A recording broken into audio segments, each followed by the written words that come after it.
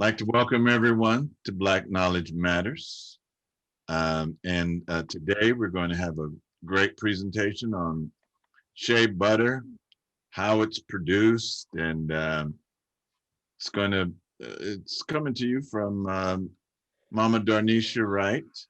And I'm glad that she's able to be with us. She's been studying, and so she hasn't been able to join us. But now she is. And so without further ado, Mama Darnisha, please enlighten us about shea butter. All right, well, let's see. So this is a presentation about the shea butter and how it was produced. I've known this story for, let's see, it's 2021. It's been about 2 years that I've been dealing with shea butter. And I did a 30-day Fulbright that ended up taking me way up north to Tamale. Most people don't go that far north when they visit Ghana. They kind of stick around the Accra area, and then you kind of hug the coast and go around to Elmina.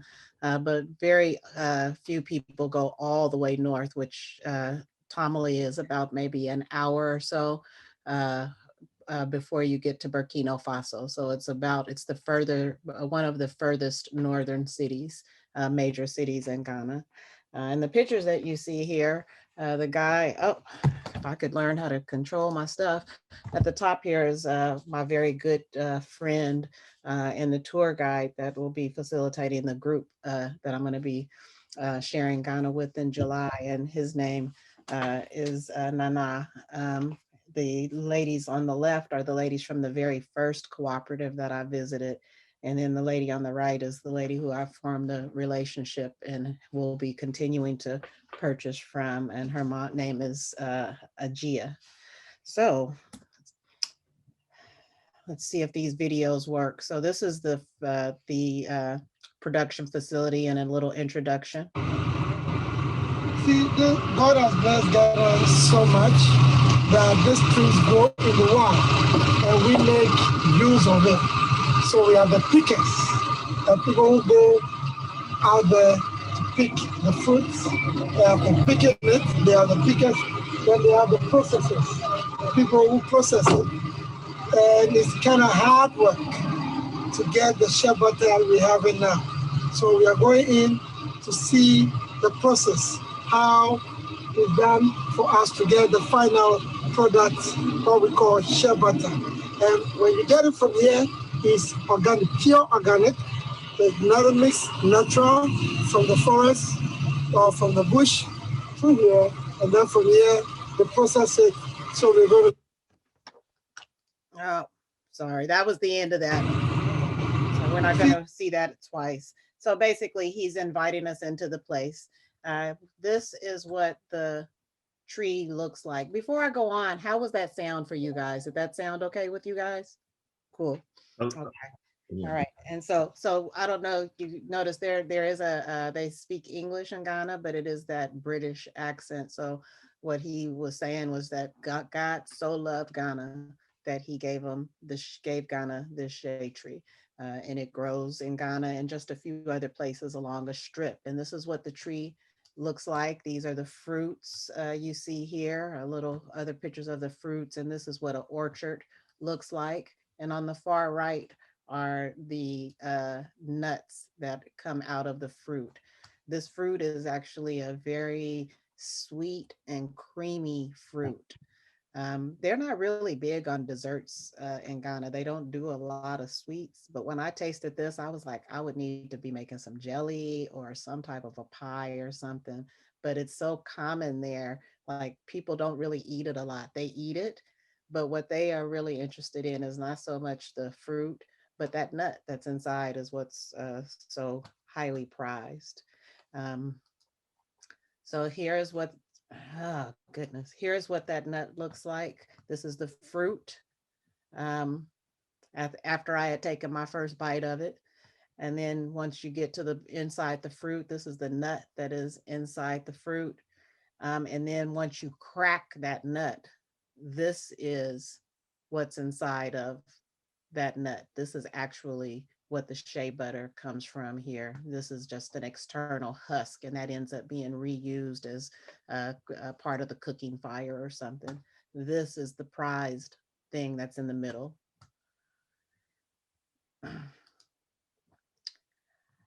So once you get to the middle there, they're laid out, or you lay them out, and they all have to dry. And so this is actually the place that I purchased all of my shea butter from, and they just leave the nuts out, and the nuts are dried. And then the ones that you see that are pulled here, these were some nuts that were not good because they will pull the bad ones out. So they're dried. After they're dried, they're roasted. So the roasting process here, this is as you see, a very manual process. You can imagine what the temperature is before you sit next to a burning fire for hours. This is considered a form of mechanization, and I'll talk to you guys about like what is pure and like the process of making it and how you can make it in much quicker ways and still really call it grade A. But even this process that this young man is doing, often it's rare to see the children. It's mostly women doing this work.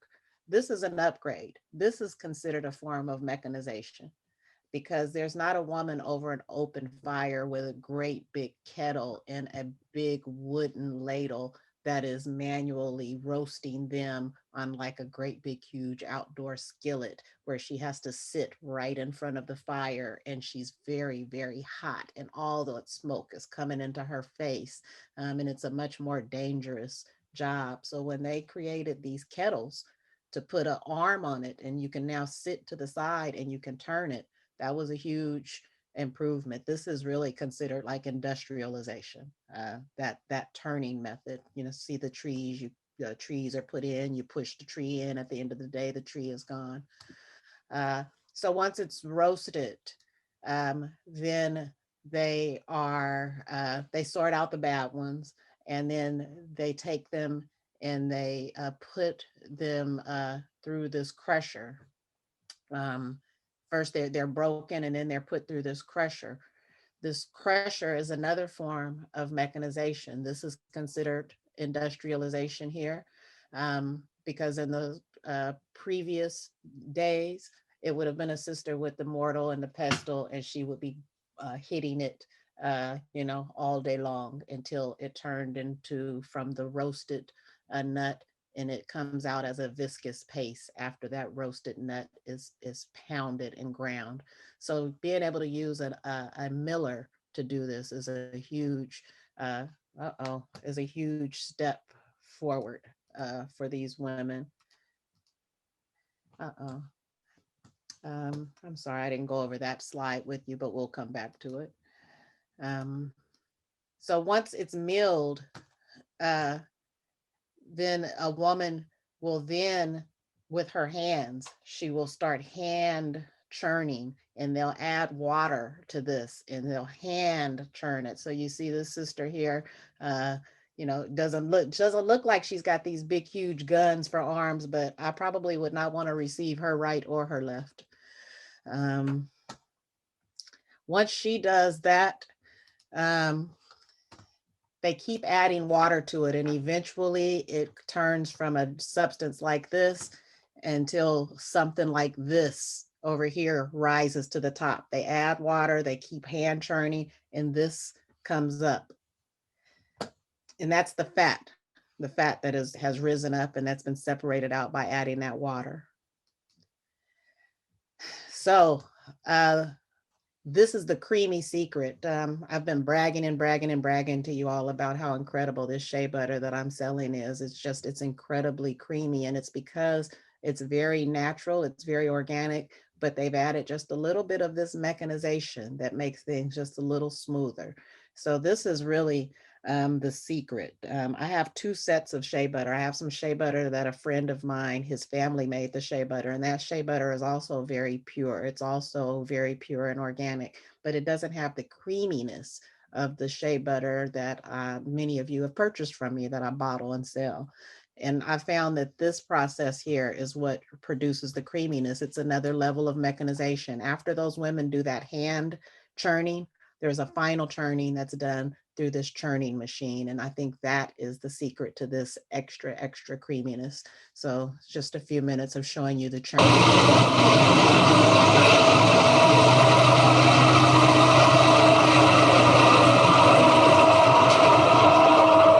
So it's mixing it. Notice it's brown.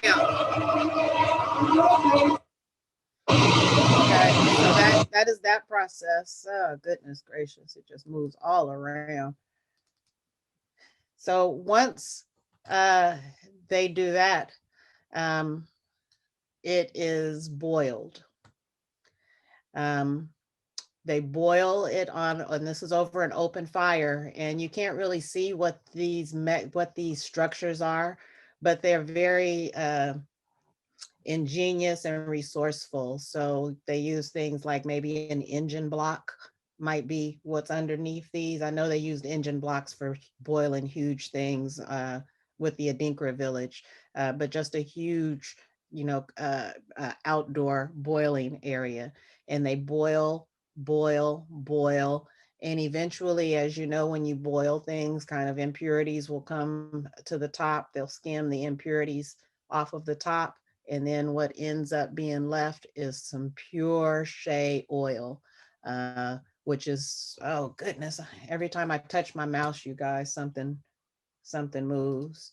So you end up with a very pure shea oil. That shea oil is then set generally overnight, and overnight a great big pot of what looks like cooking oil turns into this. So this is what it looks like when it solidifies. And so now there you have absolutely pure shea butter. And this is exactly what I get. What I do when I bring it home, I just whip it just to soften it up and to make it a little bit more pliable. I introduce a little bit of air into it. And then put it into a bottle and sell it. So literally, that is the full process of what happens. I have a video that is, it's about 14 minutes. So we're gonna, oh goodness, we're gonna watch that video. And this video just really shows you the real natural environment. It's pretty much exactly what I've just told you, but this is another cooperative who has done a kind of a promotional video, and it really shows you what it looks like and really what they do and really all that I saw. So I'm going to show you guys this video, and then we can have some questions.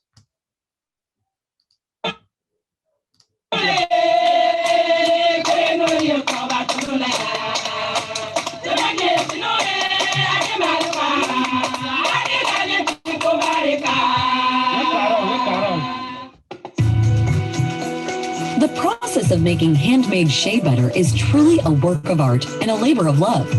One that uses age-old techniques passed down through generations to create a one-of-a-kind product like nothing else available.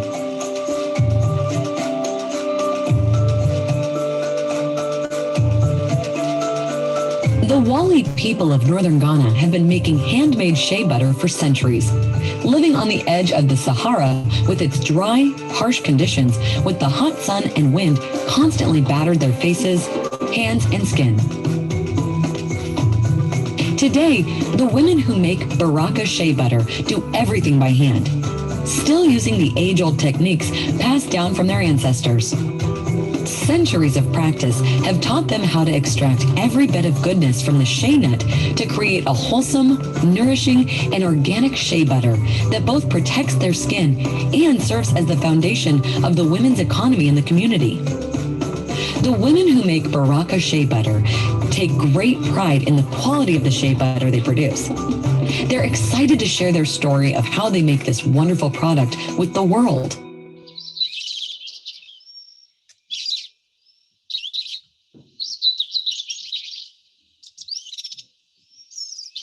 The Shea forest stretches across northern Ghana's savanna region.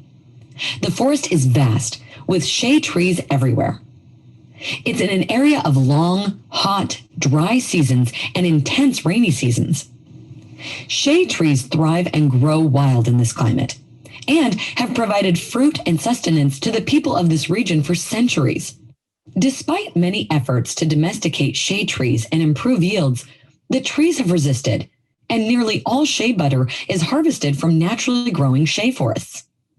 Baraka shea butter begins naturally in this region, starting with the shea fruit that grows every year. Shea trees begin to blossom during the early parts of the dry season in December and January. The blossoms set, transform it into fruit, and reach maturity when the rainy season is starting in April and May. Shea fruit has a husk, and inside there is a seed that is used for making shea butter. Shea fruit is very similar to a peach with a pit. If you break the pit apart, you will find seeds inside.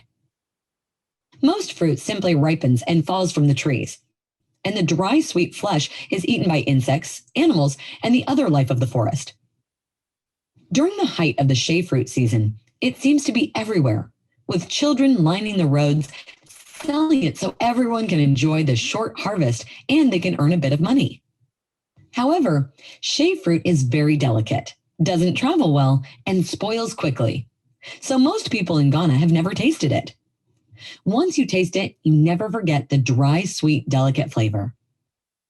If the trees are near to a village when it falls from the tree, the women and families pick much of it and take it back to their communities to begin the process of turning the fallen fruit into the magic of shea butter. Picking the fallen shea fruit is a time of celebration, activity, laughter, and socializing. Women, children, and families roam the forests near their communities to pick the fallen fruit. While some fruit is ripe and still edible, most has deteriorated, leaving only the husk behind. For certified organic shea butter, they must pick within registered and demarcated picking areas that have been certified as organic and are not near roads, farms, and other sources of contamination. We're here with the women. They work so hard at this. Yeah, you know, this is the where their livelihood depends on. So they don't actually joke with it when it comes to the picking of the nuts. So you see them all busy picking the shea.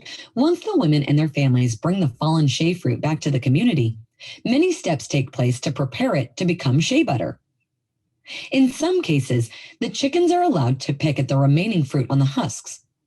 This ensures that every bit of value is extracted and contributed back to their family economy before they put it into the pot for parboiling. After picking out and eating the fruit that is still ripe and sweet to eat, the remaining fruit is put into large pots and boiled for 30 to 45 minutes to remove any remaining flesh and sterilize the seeds. The water from the boiling contains the nutrients from the fruit and is reused to provide nourishment for the community gardens and plants. Once the parboiling is complete, the husks are spread on cement, clean ground, tarpaulins, or platforms to dry. Because this happens during the rainy season, the drying process must be watched closely, and the husks brought inside if a rainstorm starts. The rains are hard and fast, sometimes lasting for hours, and sometimes for only minutes. If the seeds are left out in the rain, it can set the drying process back and can even harm the quality of the shea nuts. Some days, the women must gather and spread the seeds out several times to ensure the quality of their process. The amount of work that goes into handmade shea butter is incredible.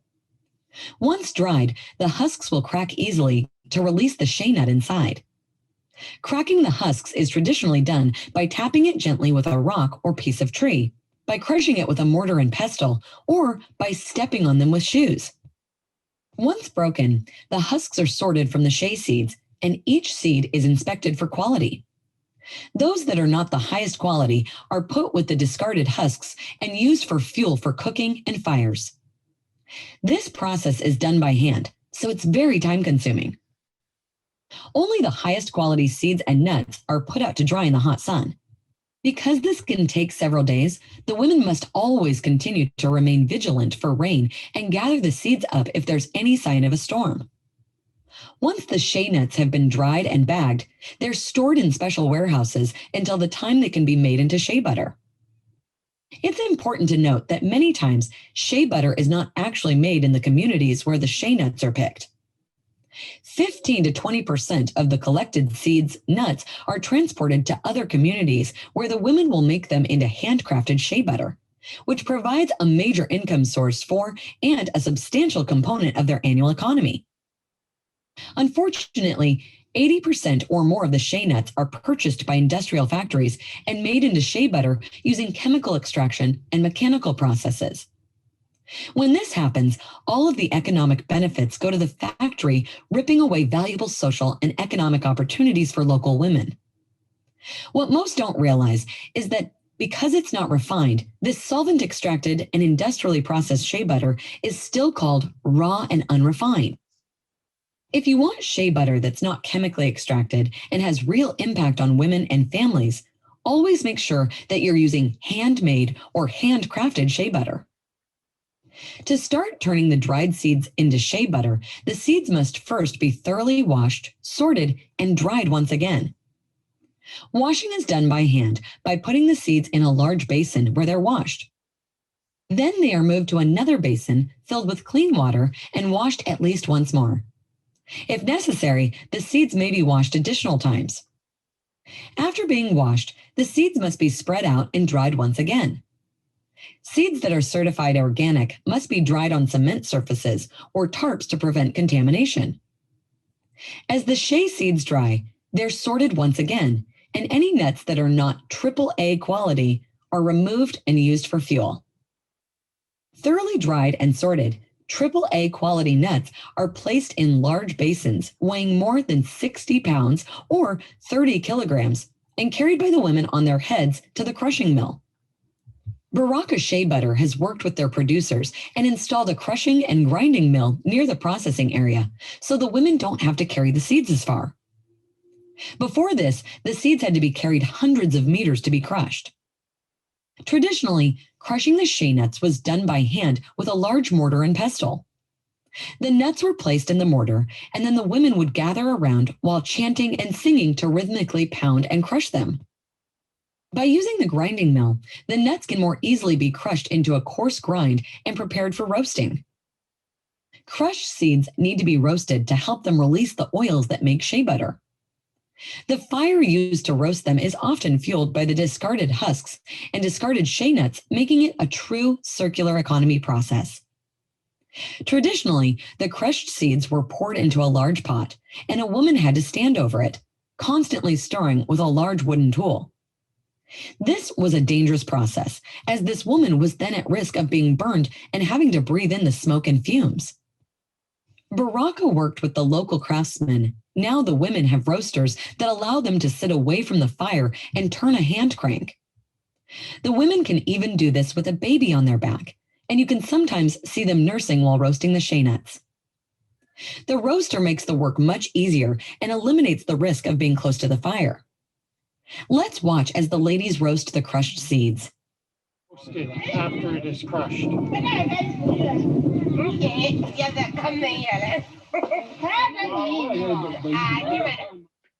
Once the roasting process is completed, the shea nuts are spread on cement to cool and let the moisture evaporate. They are then carried back to the mill for a second grind. The dry roasted seeds go into the grinder as a dry, mealy material, and in an amazing process, come out as a viscous substance nearly ready to become shea butter. Let's watch as the magic is released from our roasted shea nuts.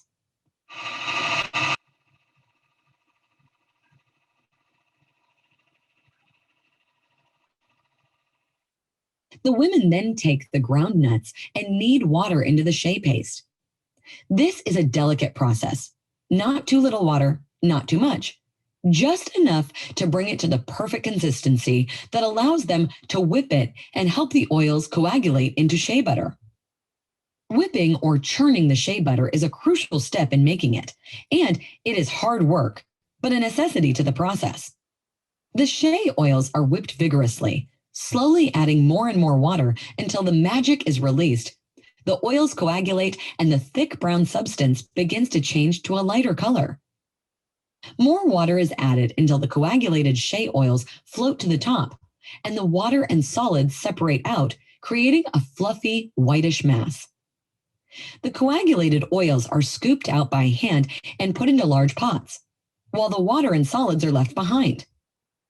The water is left to evaporate and the solids are dried, formed into balls, and used as fuel. Everything is used. Nothing is wasted. If you have ever made homemade jam, you know how when it's boiled, the impurities rise to the top and are skimmed off. The same thing happens with shea butter. But the impurities aren't thrown away. Depending on each family's tradition, they are either left to solidify and are used for fuel for fires, or they're used as a base for making a local black soap. Special care must be taken to heat and boil the coagulated shea to remove excess moisture and allow impurities to be skimmed off and any remaining solids to settle out. This process cannot be rushed. If it's hurried and the correct moisture content is not met, the resulting shea butter will be poor quality and will spoil and go rancid quickly. Once all of the impurities have been removed, the finished shea butter is strained and covered, then left to cool and solidify before being packed for shipment. When it's time to pack the shea butter, a special buying station is set up where the women can bring the basins of shea butter. Each basin is inspected, packed into cartons and weighed, all under the supervision of Baraka's quality assurance leader. At Baraka Shea Butter, we ensure that there is no waste in our efforts to provide our customers with the highest quality shea butter. The shells that protect the seeds are used for cooking fires, while the residue that's left behind after the shea nuts are whipped is carefully dried, made into balls, and used for cooking.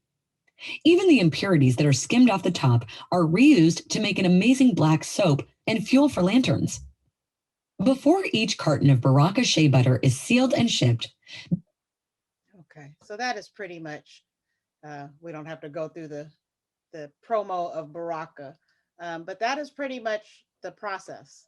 That is how shea butter is produced. As you see, it's very, very labor intensive when it's real shea butter. Part of what I really wanted you guys to see was how they're able to, you see how intensive this process is, and you see how people could just buy these nuts and send them to a factory in Europe and churn it out of a machine and call it the same thing. But clearly, it's not the same thing. But the only way that you know is by understanding this process. Are there any questions? Yes. Well, Brother Kalahari has his hand up. Go ahead, Kalahari. Take yourself off mute. Can you hear me? Yes, I can. Do you have a website and do you accept credit cards? For me? Yeah. Oh, absolutely. Yeah, I take everything. Bitcoin, Dogecoin, Okay. whatever. What about PayPal? Yes, PayPal, Venmo. Okay, well that's cool. I can do that. Yeah, you can't find a way that but unfortunately, and this is a wonderful problem that I have. I have gathered up about 4 more bottles that I'm going to try to, that I will sell this weekend, because I really thought I was completely out. Because once people feel this shea butter, it takes feeling it to really understand it, because now shea butter is so common. Everybody's got some shea butter and everybody's got it. But you have to feel this because it feels so different. What they didn't talk about in this process that is equally important for you to know is how shea butter is adulterated. Shea butter is really almost, it's treated like a drug. The way it can be cut. So by the time you get it, by the time it makes it to the market in Africa, in Accra, the big market like Makola market in Accra, by the time it gets from where I bought it to the Makola market, it has either doubled to quadrupled in value. How does this magic happen, you say? This magic happens because once even the Ghanaians, the distributors, buy it from the place I purchased at, they melt it down again, and then they add another oil that's a lesser oil. Generally, the oil that is added to it is palm oil.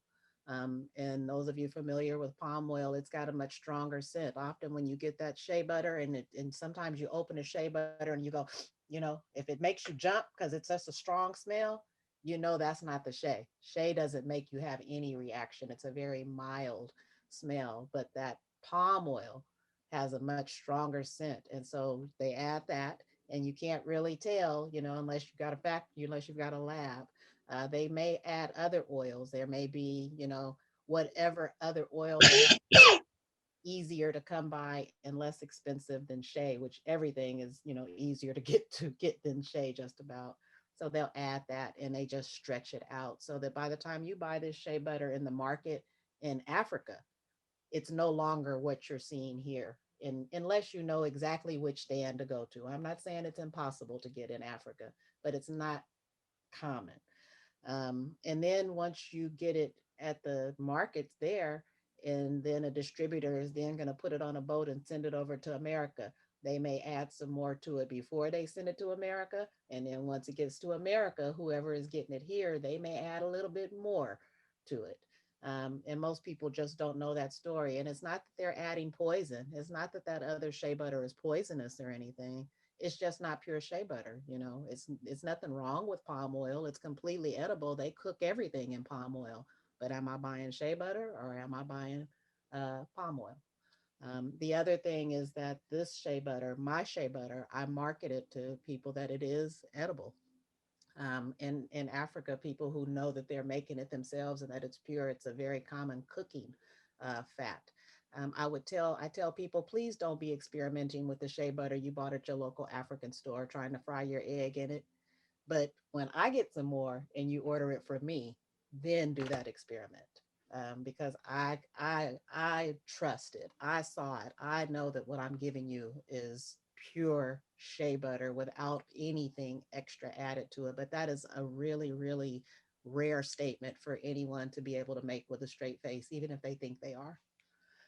So like how I got the place that I went to get this place is 12 hours from Accra. And it's not really convenient to get an airplane there. So you have to drive 12 hours into the Sahara, to get to here. And most Ghanaians have never done that. Any other questions? That wasn't your question. I just took that as an opportunity to do a commercial. Mama Akanke? So first of all, I have two big things of this shea butter, and yes, I love it, but I am gonna try to cook me something in it tomorrow. I'm gonna try to do that. But so the process is really interesting. When I was in Africa, I didn't get to see shea butter made, but definitely got to see some cooperatives. So what was like the energy of the women? Because it's so powerful when they bind together, with a purpose. And like, how old were they, and what was like the energy?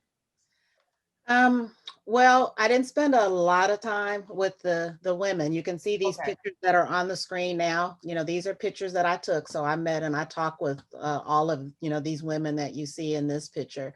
And as you can tell, this is just very, very intense, it's very labor intensive work. So like, all Ghanaians, they are very friendly. They are smiling at you, but they're busy. Like they're not there to chit chat, they're there doing that work. And in this case, they have completed the work and they were probably in the process of handing it off to their co-op so that they could collect, their payment. So it was just a very busy, energy. You could tell, it's a very strong community. You can tell everyone is very close to each other. Everyone is interacting. You don't feel any, I didn't feel any negative energy, but you just, you feel like, these are women, they serious, they working. Clearly this work is hard. I mean, I ask a few questions and I'm taking some pictures, but you see a sister, turning that turner, I got in there, I turned it for about 5 minutes and started sweating and got up. But, when you see people that are doing that and that's what they doing all day long, I was a little hesitant to bother them too much with my, curious questions, but they were very friendly. They were very open and very welcoming. And the woman who owns this, not owns the cooperative, I won't say that she owns it, but at least the manager who I did business with, who I made all my purchases from, um, again, just a very serious woman. She was, about her business. You could tell I felt very welcome, and she gave me, the prices are already incredible. And she, threw in some stuff because I'm sure she liked the fact that, there's this American woman who was, coming out here trying to establish this relationship with her. So friendly, but very, very hardworking and about their business. Darnisha, Sister Asali has her hand up. Yes, ma'am. Uncle Job Snap. Life, prosperity, and health. Thank you. So that was a nice presentation. I have a comment, probably a couple of questions. It was amazing being able to see all the work being put into making the shea butter. And so and then when they were like like breaking it with that like tool versus, I guess, there's the machine that does it. And then they mentioned that they sing sometimes when they used to kind of do it almost like a rhythmic way. I was wondering, like, now that some of them don't do the machine, are they still like, singing? Because I can understand how that part also added to the culture of it, the energy and all of those things. Do you see them doing any of that? Or do you know if they still like sing and dance and stuff like that? Or is that probably not as a part of the process now that they may have like the machines industrializing it a little more? I would bet. I did not personally observe that with the Shea production. I did observe that with the fufu pounding. People Right. pounding the fufu and a big group of people around, and they're pounding, and I don't know what the words they're singing, but it's a clear, rhythmic something going on. And I think you're right. I think that removing that pounding part, because that's just a part of the pounding. I think probably in many African cultures, when you start that pounding, it's the drum, like that's the first drum. Right. Happen what we do when the drums start, it's just right. It's kind of a natural flow. And I think that you're right that by removing that manual piece of it, it probably removed quite a bit of that. Again, I'm a visitor, that's a whole nother talk for us to have about the difference between being an American and an African American and an African. And there's a difference. They welcome me, but I am still a visitor, and I'm still an American, and just about an abroni, really, which is what they call white people too, abronis. That's just like an American. Dang. So I did not observe that so much there. And as I said, I think you're right. I'm sure that removing some of that manualness takes away that tradition that comes with that manual labor. Right. But I would also bet, though, at some point that there is some singing happening there, because it's just workflow. When you're there, right. It's just turning, and there's no visitors around. So anytime the Americans come, we create a little of a stir. So things are completely normal just by virtue of visitors being there. But I would bet you that there's still some rhythm going on with that work at some point in the day, just because, as you all know, it makes the work pass. And also, thank you. And so, yeah, thanks for mentioning that about the shea butter. I have sensitive skin, and I used to buy shea butter, and I was buying other things, and I had to stop buying multiple things in order to figure out what was breaking me out. And I think I do want to start back buying shea butter. And so it's nice to know that there's sometimes there. So you were saying that it's like, I guess as soon as it leaves this area, whoever they sell it to, they're adding the oil. Are they always adding the oils? Like if I were to go to Ghana, you're saying even people in Ghana, they don't have the purest shea butter? No, they don't. as you said, like, they don't, because no one goes there. No one goes up here. As you noticed in the video, they said no one has tasted shea nut. No one's tasted shea fruit in Ghana. That's rare. Mm, Most people have never been up there. I met almost everyone that I met during my tour. No one had been up there. It's and just tamale, is that what you mean? Tamale, yeah. Tamale. Oh, Yeah. and sorry, one more question. So the shea butter that you sell, I mean, do you have to go to Africa to get that, or is it shipped to you? Like, No, I don't trust it to be shipped to me now that I understand this process, and now that I've been there and mm, know the people I know, and I've talked to the people I've talked to. I'm sure that there is some way that I could probably connect with them and I could probably get a shipment, but I really don't trust it. Um, because it's such a common thing to do. I mean, like, you're not getting no pure shea butter even at the market in Ghana. So the chances of wow. me buying it and them not, what they call it is, they call it adding value, and them not adding value for the American they sending it to is unlikely. I just don't trust that. And for me, Adding value. yeah, that's what they call it, adding value.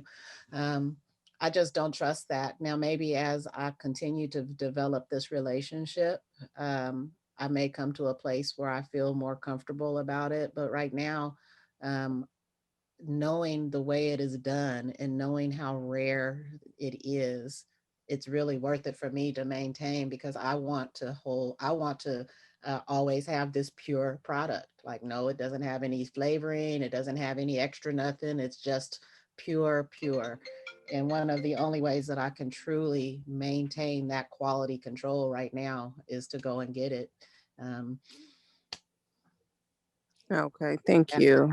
I've got people that I get other things from in Ghana. And, if they've heard, like they see on Facebook, oh, I ran out of shea butter, and they call me, would you like me to go and, get more? No, no, thank you. One, I don't even want, because they don't even have that pure of a contact. They don't even know where the place is at. And two, I love my people, but they are very strong entrepreneurs. They got a strong hustle spirit, and I can't say all of Africa's all I've been is Ghana, but the hustle spirit is strong. And for them to resist that hustle spirit to get my American money that they think I got a ton of, and because they don't even, they're used to that unadulterated product too, so they're like, oh, no big deal, a little palm oil. I have a question. Are you finished? Yes, ma'am. Oh, okay. What are the different things that shea butter is used for? I've used it a long time, but I've only used it on my skin and my hair. But Well, now if I give you cooking with it, I've never cooked with it. yeah, if I give you the African story, it's good for everything. You could use it for a broken bone. Yes. um What do they use it for cooking? Well, it's a frying oil. It's any, like any other cooking fat, like Mhm. lard or olive oil or any other fat that you cook in. It's got a very mild flavor. It's much milder than, like, palm oil is the most commonly used cooking oil, and it's got a very strong flavor. The shea butter is a much milder flavor. All I really cook in it is eggs. I fry eggs pretty regularly in Oh. it, because it's too expensive for me to be trying. First of all, I don't eat fried chicken, and if I did, it'd be too expensive for me to use my whole jar uh, to fry, a chicken. Um, so I do things like saute. I saute in it. So they use it for cooking. It is a very common. It's like all babies in Ghana are covered in shea butter for like the first year or so. Yeah.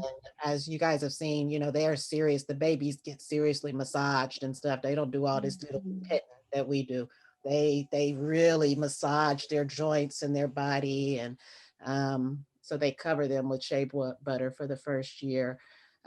There's a drink that they make out of it that no one has offered me yet, but I hear that it's a special drink that they make that's for kind of special occasions and like honored guests. So there's a beverage that they make out of it. Uh, Mm.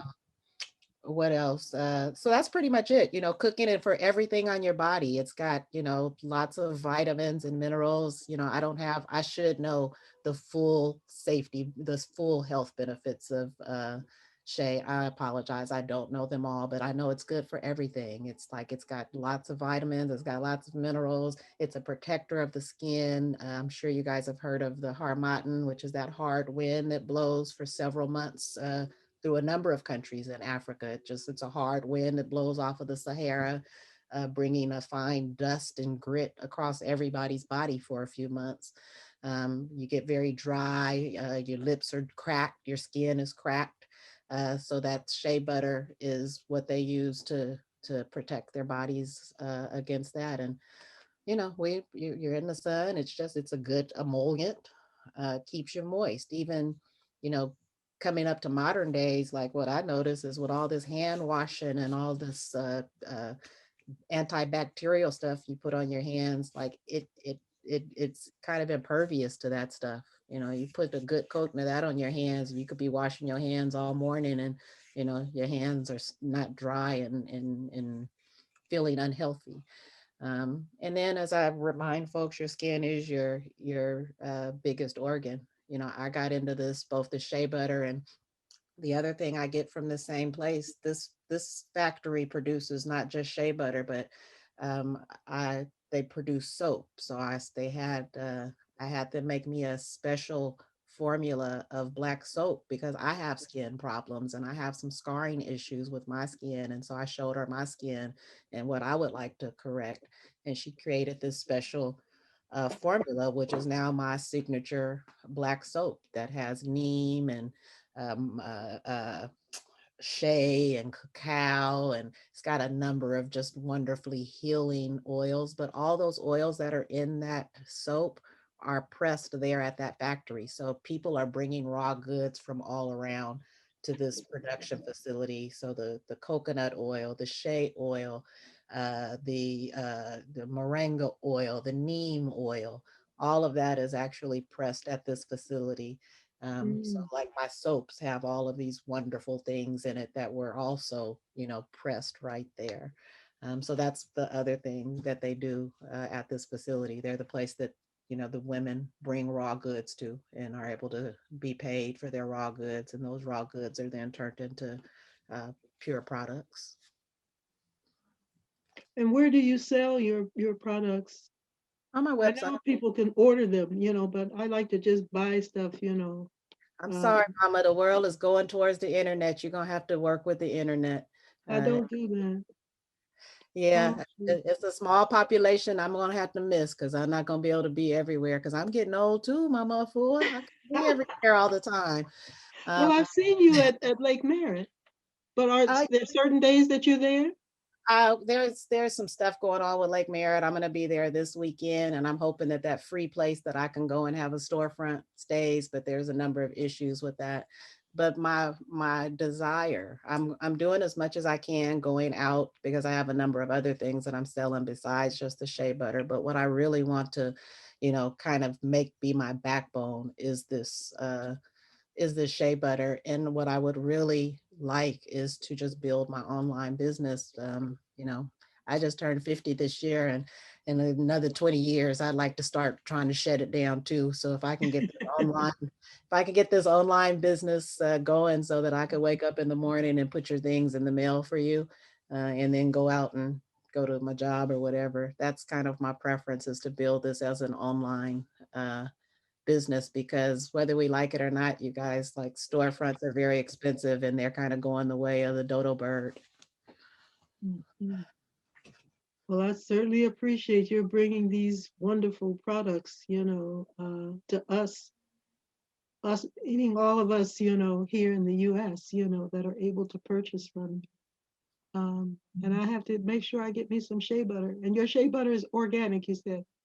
This is as organic as you can get. One of the things that I would like to do in the future is there's a lab over in Hunters Point that you can take a jar of your product to and get a certification. So at some point in the future, I'm working on other business things. I might like to try to do a certification. One thing I have found out though is that the company that I work with is a company that is certified through the government of Ghana. So I can still tout the government certification through the Ghanaian government. But at some point, I'll probably go and take a bottle and get it tested just so that I will put an additional statement that, you know, I can certify and guarantee that this is 100% pure food grade. But you all are my family and you all know me. I wouldn't tell you that if I did not believe it. And I ain't got 25 cents in the bank. I sure don't want y'all to sue me for, you know, 20 of it. We wouldn't sue you, girl. You just got too much good spirit.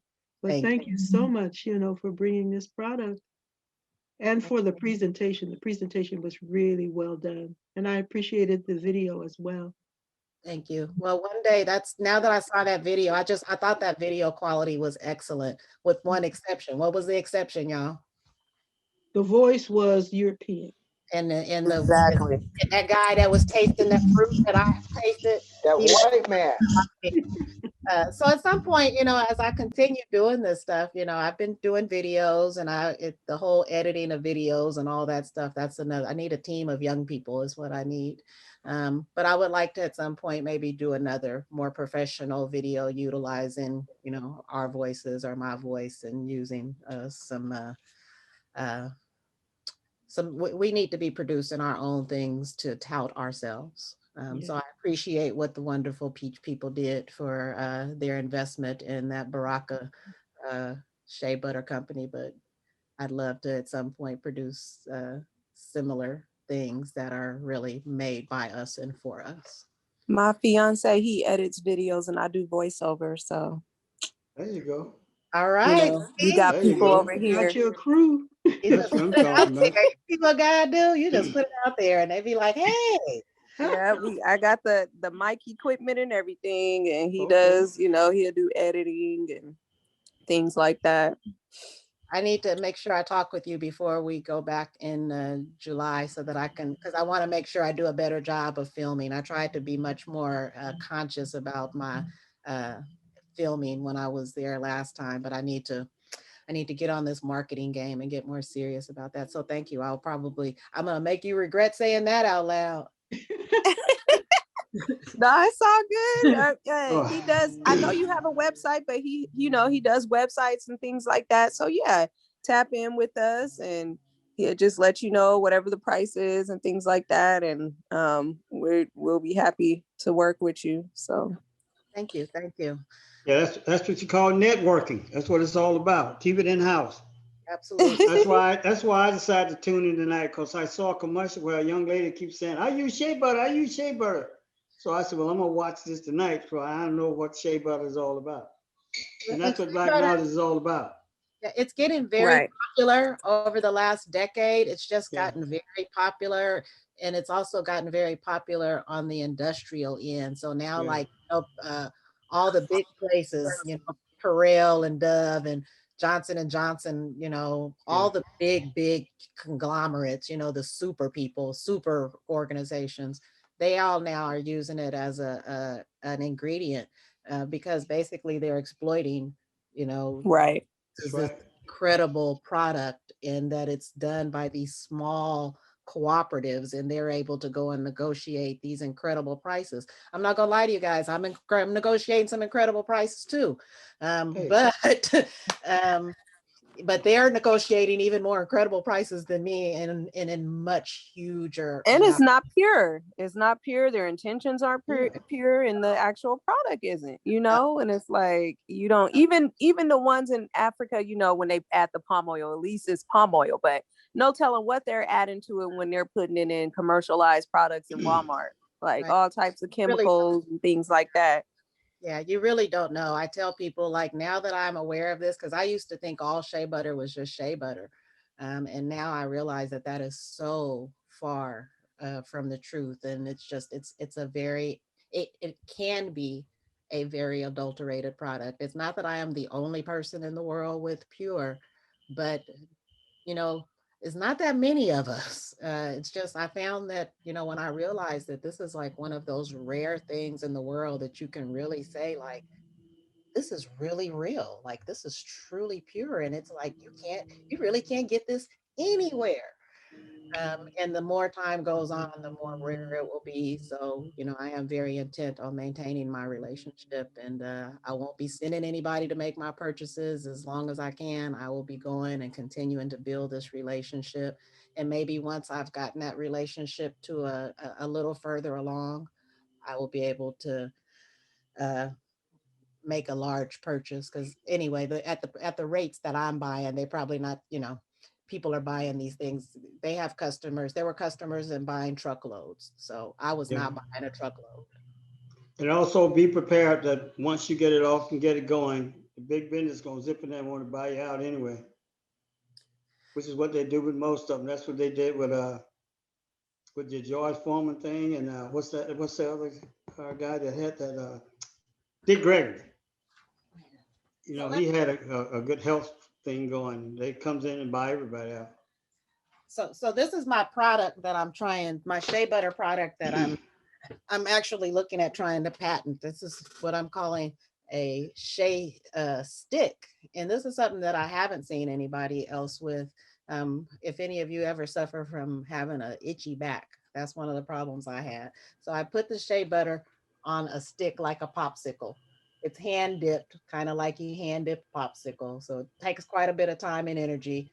This one isn't as pretty, but you hand dip it and it's on a stick. And you stop sharing your. Yes, and you guys gonna have to see this mess behind me, but yeah, let me stop sharing that so that you can see. Yeah, because there's always thieves out here. Stop. Let's see. How do I do this? Stop video. Choose virtual background. None. Okay. All right. Don't look at all the mess, you guys. So it's on a stick, and you just want to go like that, Gotcha. places that you can't reach, or if you can't get your toes, you can get your feet. So that is one of the things that I'm working on, my next idea in shea butter. Good. Yeah. Any other questions, family? So, I mean, it's good for everything, right? So does it, what about gray hair on your face? Does it? Oh no, it'll make it feel good. It'll make it soft. It Okay. might soften it up a little bit. All right. Yeah, it might soften the gray. No, I have a couple of jars, and I have a couple of bars of soap from Ubuntu, and I like it. It's just I wasn't sure. It was still, it was still gray, and I was thinking, I didn't know if it was like a time period or something like that. But Let me know if it turns that gray to black, and you and I are both going to make a lot of money. Yeah, Bubba, I don't think they fixed that one yet. I think we just they haven't come up with that one yet. I mean, she said it was good for everything, broken bones, But she can always add some more back to it. They'll tell you that in Ghana, but for everything, I mean, it's what bath products have it in there. Sometimes I put a little bit in my bath and melt it. Just I'll take a little dab and I'll melt it in my bath water just to put a little oil in my bath. It's just a multi-use oil. Anything that you would use any other fat oil, coconut oil, olive oil, avocado oil, exact same concept. My goodness. I see. All right. Well, I mean, you're kind of an adventurous person, huh? You just go out there off the beaten path. Yeah, I don't think there are a lot of tourists travel where you go when you go to Ghana. And you're saying when is the next time you're going to go? In July, 1st of July. 1st of July, and how long are you going to be there? A group will be there until the 14th. I will be there for the entire month. I'll be back on the 28th. Oh, wow. I'll have a group for 14 days, and then I'll spend 2 weeks after that. Because I'm not even taking the group up there where I get my shea butter from. You are, or you're not? No, the group, because it's such a long ride. I mean, it's a 12-hour drive. You know, like you leave Kumasi and you drive all day until nighttime. Okay, well, now you have to tune in on the 18th. That's Sacramento's anniversary. You'll have to you'll be hours ahead of us, but I'll be there. you'll have to I'll be there. yeah. Yeah. And I think I talked a little bit about the soap. So yeah, the soaps are also incredible. Just everything that is made at this place is just, it's a place that they just take raw goods, which was so impressive to me. You know, we just so rarely see the place that raw goods turn into, you know, their final product. We think that everything just shows up in a plastic bottle at Safeway. Sister Darnisha, Yes. what was the part of the shea that they used for the soap again? It's the kernel that's inside them, so it's a nut, you know, and then you break it's the fruit, you eat the fruit, or something eats the fruit. Then there's that nut, like a peach pit, right? And then you bust that open, and inside is the actual shea nut. Okay, and so when they said they scooped something out to be able to make the actual soap, or they said something about black soap. They talked about the black soap. Oh, because black soap. So we could have a whole separate meeting on the black soap, right? Because I didn't know what black soap was either, but black soap's another very interesting product. So one of it's made from some interesting things. The shells from the outside of the cocoa plant, they dry them to make chocolate. Those shells get dried in the sun, and it's like black, and it looks really, you know, kind of old and, you know, time to throw away. But that's what they use for the black soap. They take the you know, when you boil a pot of beans, that scum stuff that kind of comes to the top. Same happens when you boil shea butter. And so they skim that off, but they don't throw that skim stuff away. It's not trash. You know, it's part of the shea nut. They skim that off and they put that in the black soap. There is some type of ash that they put in the black soap. There's honey in the black soap. So the black soap is it is a mishmash of a number of natural products that looked at individually, you would probably never imagine that they end up being that black soap. But it worked. It does. Thank you. It's also a very rough, hot, manual process. Great big, the black soap is made like, it'll be like a big lot. And it'll look, you know, it's just a big lot with a bunch of stuff and like a lot of smoke and fire and a lot of big things and people churning. Looks very, very industrial.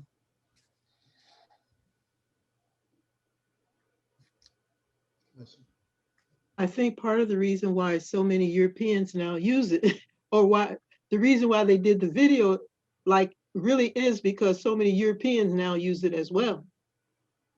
They really cherish it. And you go into any of the health food stores now, and you're going to find some black soap, and you're going to find some shea butter. But now you know that we got you.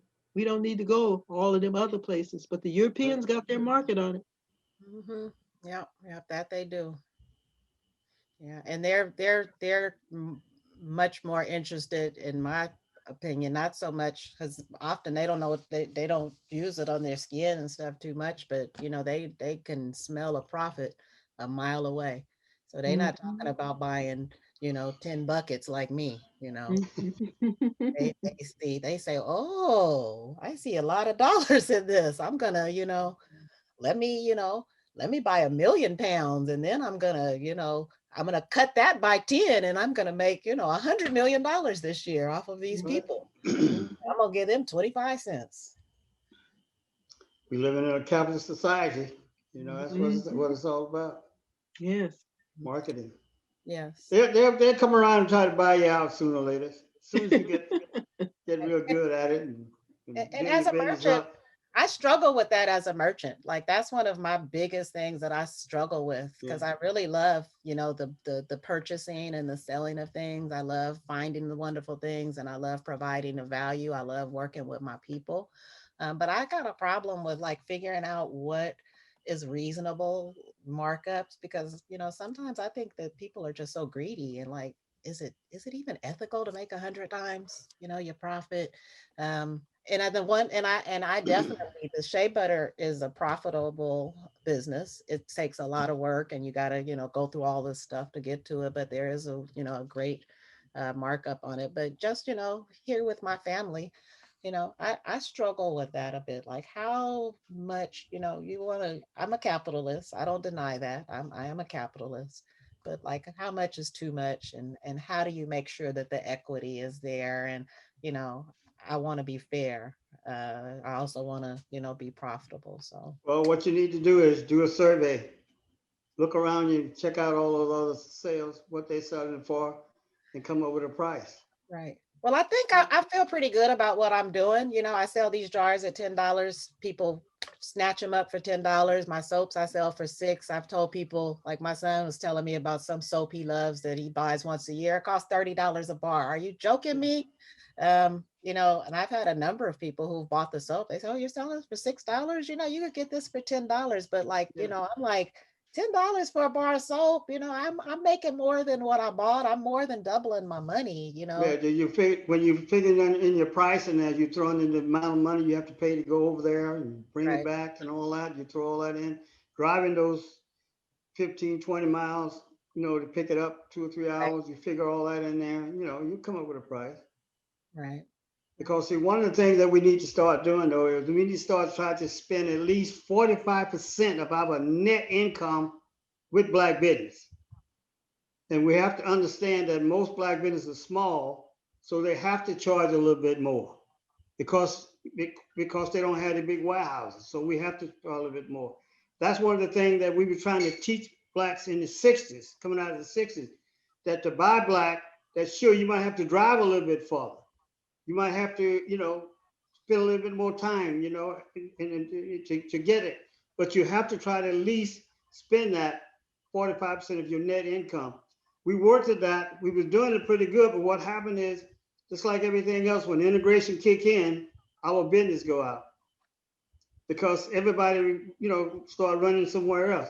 Now, if you check out Chinatown, those Chinese and all that stuff, they will catch the bus and ride for hours to go to Chinatown and buy from Chinese. You see, but the thing is, we don't have that mentality because we still suffer from the side effects of slavery. That we want to imitate everybody that we hang in, but we have got to develop our own culture so that we will recognize that yes, you go to Africa, you do all of that, but at the same time, even selling at $10, you're probably cutting yourself short anyway.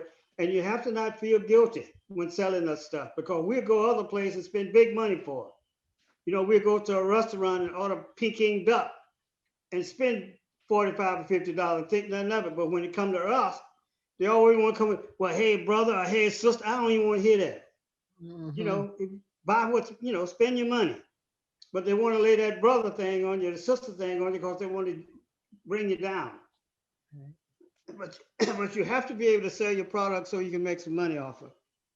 And we just have to adjust. yeah. I'm trying to get free, y'all. That's my goal. I'm trying to That's get it. Well, free. you say you got 20 years. Maybe in 20 years, you build it up, you might be able to sell it for, you know, $50 million. You never know. And be set for life. Then you can go to the Bahamas somewhere and just, you know, put your feet up and kick back. Or See if go them, back to Africa and lay on the beach. see if them stories they say about floating is true. Yeah, that's right. That's one thing about here in Mobile, is that this is just like being in the Bahamas somewhere with the rain and the you know, the swimming place where you can go swim on the beaches and all that kind of stuff. A lot of white sand around here. We can go over the bay and ain't nothing but sand. You know, just like being in the Bahamas somewhere. And we get rain all the time. That's why I always says being here in Mobile is just like being in the Bahamas or in Grenada, where it rain and just kick back, and you know that's what it's all about. But a lot of people here doesn't understand what they have. They don't realize, they don't recognize it. You know, you have to go to California, spend 50 years, and then come back and you realize, oh, this is what it's all about. You know? And listen, there are Americans and then there are Californians. Hey, Yes. I'm going to break in because I need to go get some Peking duck. But I want I got you. I want to thank Mama Darnisha. Wow, you took us through a whole process, Which was excellent, excellent. and you know, I have to say, my skin is. I never really had any skin problems until lately, but I feel a change when I use the shea butter. I just have a question. So it seems a little stiff. What do you use? You know, it seems a little stiff when should I not worry about that? Just rub it in smoother, or Well, what? usually that's why I whip it before I sell it. That gets it, much softer to the touch. Maybe it's hot in Sacramento. Maybe it got warm or something and kind of melted back down. Okay. But in whatever state, if you just take a little bit and put it in the middle of your hand, just rubbing in your hands at your skin temperature. I thought this showed me. I thought this showed me. Yeah, it'll just your skin temperature, your body temperature will always be enough to get that pretty soft. You're not gonna have to put a lot of work into it. And if them hands is just, if it's just putting too much strain on them hands to get through it, have Mama Doris whip it for you again. Okay. All right. Can't you mix it with some other oils? You can, but what you get from me has nothing at all in it. Right. I have a special one that I whipped up for myself that I put some hair oil and some other stuff in, but what I'm selling is absolutely pure. And if you want to add something, you can always take it out the jar, just, whip it up and put whatever additional oil or fragrance you like, and it'll accept that just fine. Yeah, that's what I've done. I take it and mix it with some organic olive oil. Mm-hmm.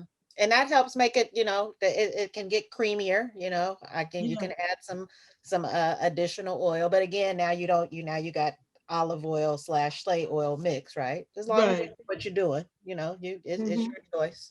And another thing, like I said, when it's cold or at room temperature, it gets really soft. So Minister Imhotep, give it 30 days in Sacramento, and it's gonna be easier.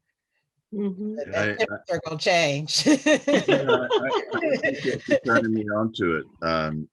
I've been seeing it around. I had no idea that there was impurities that people sell in it, because people they just get, they sell it up here. But I appreciate you pointing out, that there is a difference, and I'm glad that you have that strong sense of purity, that you want to get the pure shea butter for us to use. So that's excellent. That's why Black knowledge is so informative. I learned tonight. Now, that's what it's all about. Now I can hold an intelligent conversation now with anybody about shea butter. Okay, I can say I learned it off Black knowledge. And what is that? Then I took right. And that is with that too. That's right. Now you gotta do me a favor. You gotta call your son and tell your son that I done taught his papa something. I can't believe it. I gotta put this in my book because I didn't talk to General something. So I feel like popping a collar or something tonight. Yeah, that's what it's all about. Listen, I just want to let everyone know, next time, Mama Darnisha, can I step in? Absolutely, I'm all done. Thank you. I love the presentation, and it's knowledge, and as Baba Kofi has pointed out, it's Black knowledge, and Black knowledge matters. I would like to take credit for the title of our Wednesday night classes, but I can't. Brother Malik gave us that title. We started, I think we've been doing them about a year now. I'm not quite sure. Maybe someone can remind me. but we've been doing about a year, various topics, and I want to talk about next week's topic,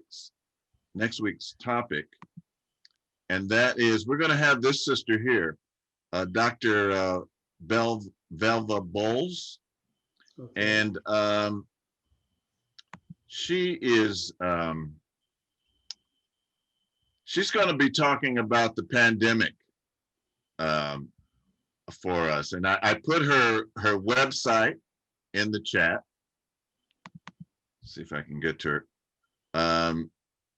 You know, she's written a book on Black obesity, but she has some very strong insights into the pandemic and into the vaccines. And I happened to hear her, Sister Debbie showed me a video of her, and I said, okay, let's try to get her on. And so this is our guest next Wednesday. I believe that's May 5th.